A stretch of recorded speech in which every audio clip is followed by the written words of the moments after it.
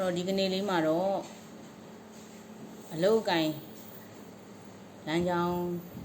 တွေကိုပေါ့နော်သိကျင်တဲ့သူတွေအတွက်လက္ခဏာပညာမှာလေးလာရမယ်ပေါ့နော်ကံကြမ္မာလမ်းကြောင်းအကြောင်းလေးကိုပြောပြပေးသွားမှာဖြစ်ပါတယ်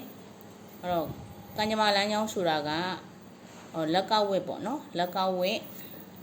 ဘက်ကနေလက်ခလေကို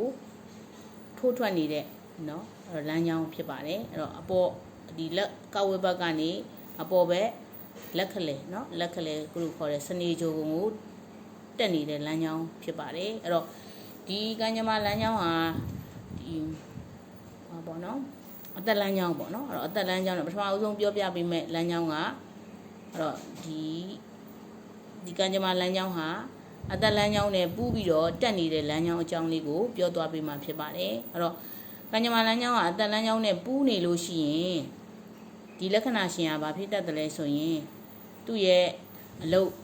နော်သူလှုပ်ချင်တဲ့အလုပ်တွေပေါ့နော်သူလှုပ်ချင်တဲ့အလုပ်တွေသူ့ရဲ့ရည်ရွယ်ချက်တွေနဲ့ပတ်သက်လို့ရှိရင် तू မလုံးနိုင်ဘူးအဲ့တော့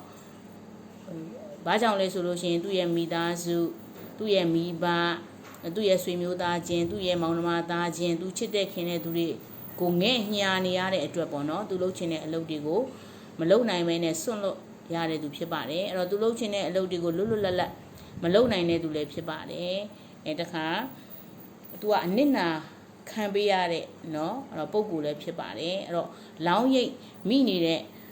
ပုံစံမျိုးပေါ့เนาะကျမတို့တွေ့ရမှာဖြစ်ပါတယ်ဒါကြောင့်ဒီလက္ခဏာပိုင်ရှင်မျိုးတွေဟာဒီအသက်လမ်းကြောင်းဘယ်အချိန်ကျမှဒီ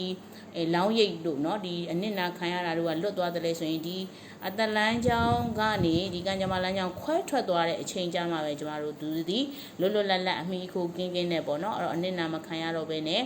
အနစ်နာခံရတဲ့ဘဝကနေသူလွတ်လွတ်လပ်လပ်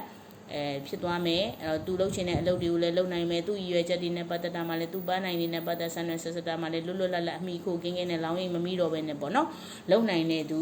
ဖြစ်သွားမယ်ဆိုတဲ့အကြောင်းလေးပြောပြပေးသွားတာဖြစ်ပါတယ်ဒါကြောင့်ဒီလက္ခဏာလမ်းကြောင်းပိုင်ရှင်လေးတွေရှိခဲ့လို့ရှိရင်လည်းစိတ်လည်းမကြပါနဲ့အဲ့တော့အသက်လမ်းကြောင်းပူနေရကနေလွတ်ထွက်သွားတဲ့အချိန်လေးတွေမှာဒီလက္ခဏာပိုင်ရှင်တွေဟာအဲ့တော့ဘဝကိုလွတ်လွတ်လပ်လပ်နဲ့ပေါ့နော်ကိုလှုပ်ချင်တဲ့အလုပ်တွေကိုလုပ်နိုင်မှာဖြစ်ပါတယ်ဆိုတဲ့အကြောင်းလေးပြောပြခြင်းနဲ့အားလုံးစိတ်ချမ်းသာခြင်းကိုယ်ကျန်းမာခြင်းနဲ့ပြည့်စုံကြပါစေကောင်းကျိုးလူရဆန္ဒများပြေဝကြပါစေဒီလက္ခဏာလမ်းကြောင်းလေးကိုကြည်ချင်းဖြင့်မိမိမှာအကျိုးရှိတဲ့ဆိုလို့ရှိရင်လည်းတခြားသူတွေအကျိုးရှိအောင်